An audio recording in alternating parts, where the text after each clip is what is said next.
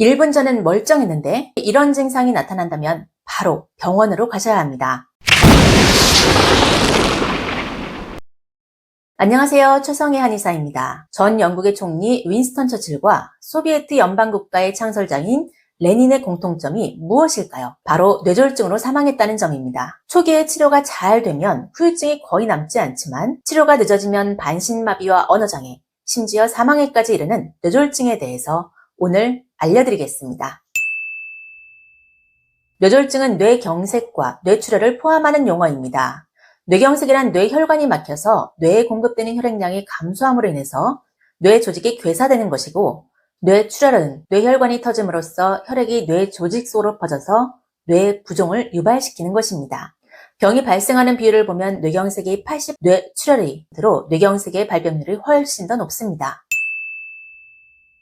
뇌졸중의 전조 증상은 먼저 얼굴의 마비감입니다.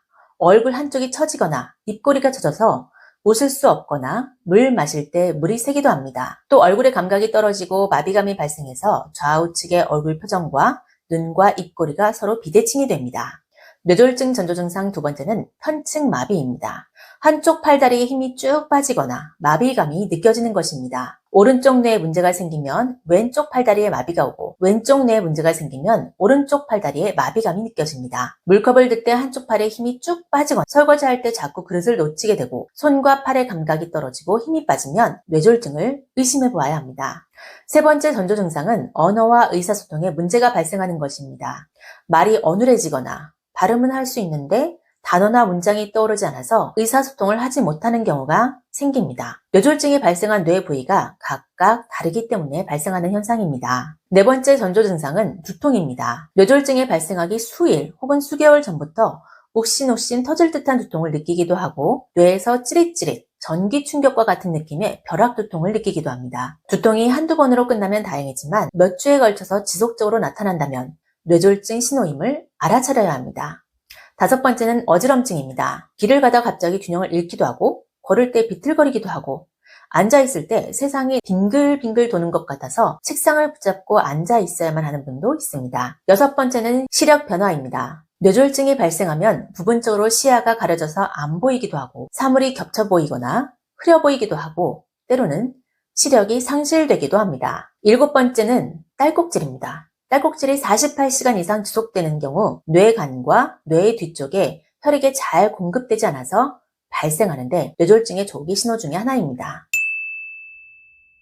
뇌경색의 골든타임은 3시간입니다. 골든타임이 4시간 반이라고는 하지만 병원에 가는 시간도 고려해야 하고, 병원에 도착해서 검사하고 약물을 투입하는 데까지 1시간 이상이 소요될 수 있습니다. 따라서 3시간 안에 방문해서 치료를 시작해야 골든타임 4시간 반을 맞출 수 있고 좋은 예후를 기대할 수 있습니다. 뇌출혈 역시 골든타임을 3시간으로 말하지만 뇌출혈은 출혈량이나 출혈 위치 등에 따라서 예후가 크게 달라질 수 있습니다. 심각한 경우 큰 뇌혈관이 터지면 많은 양의 출혈이 발생해서 즉사하는 경우도 있습니다. 뇌출혈은 무조건 빠른 시간 내에 병원에 가는 것이 먼저입니다. 뇌졸중은 가급적 빨리 병원에 가서 치료를 받을수록 후유증을 최소화시키고 좋은 치료 효과를 기대할 수 있습니다. 뇌졸중 전조 증상을 느끼면 바로 119에 전화해야 합니다. 아직 증상이 심하지 않은 것 같다는 판단하에서 스스로 운전해서 병원에 가다가 어지럼증이나 두통, 시야 가림, 팔다리 마비 증상이 점점 심해질 수 있습니다. 2차 사고로 이어져서 골든타임도 놓치고 치료가 더 어려워질 수 있으므로 꼭 119에 연락해서 바로 응급실로 가야 합니다. 미니 뇌졸중이란 일과성 허혈 발작이라고도 하는데, 뇌혈관에 일시적으로 혈액 공급이 중단됐다가 다시 회복되는 것을 말합니다. 미니 뇌졸중은 마비, 발음 이상, 균형 이상 등 뇌졸중의 전조 증상이 나타났다가 24시간 이내로 사라지기 때문에 쉽게 지나칠 수 있습니다. 그러나 전조 증상이 나타났다면 빠른 시간 내에 뇌졸중이 올 수 있음을 알아차리고 곧바로 병원에 가서 뇌혈관 상태를 체크해야 합니다. 40세가 넘었다면 고혈압, 고지혈증, 당뇨병, 심장 문제 등을 잘 체크하고 관리해야 합니다. 요즘엔 젊은 뇌졸중도 증가하고 있기 때문에 평소 혈압이나 당뇨, 고지혈증, 심혈관 문제를 검사해서 추적 관찰하고 잘 관리해야 합니다. 뇌혈관 질환은 기후나 온도와도 밀접한 관련이 있습니다. 겨울철이나 환절기에 기온이 갑작스럽게 낮아지면 혈관이 수축해서 혈압이 높아지게 됩니다.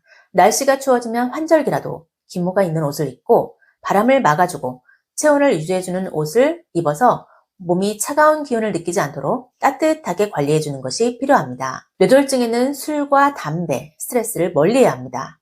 모두 혈압을 높여서 뇌졸중 발생 확률을 높이기 때문에 폭음과 폭주, 담배와 스트레스는 반드시 피해야 합니다. 뇌졸중은 1년 내에 재발할 확률이 10%, 5년 내에 재발할 확률은 무려 10%에 이릅니다. 따라서 뇌졸중이 오지 않도록 평소에 미리미리 관리하고 만일 전조 증상을 느꼈다면 바로 병원에 가서 언어장애와 반신마비의 후유증이 없이 회복하는 것이 필요합니다. 지금까지 내용이 도움이 되셨다면 구독 눌러주시고요. 앞으로도 생명을 살리고 건강에 도움되는 좋은 정보로 찾아오겠습니다.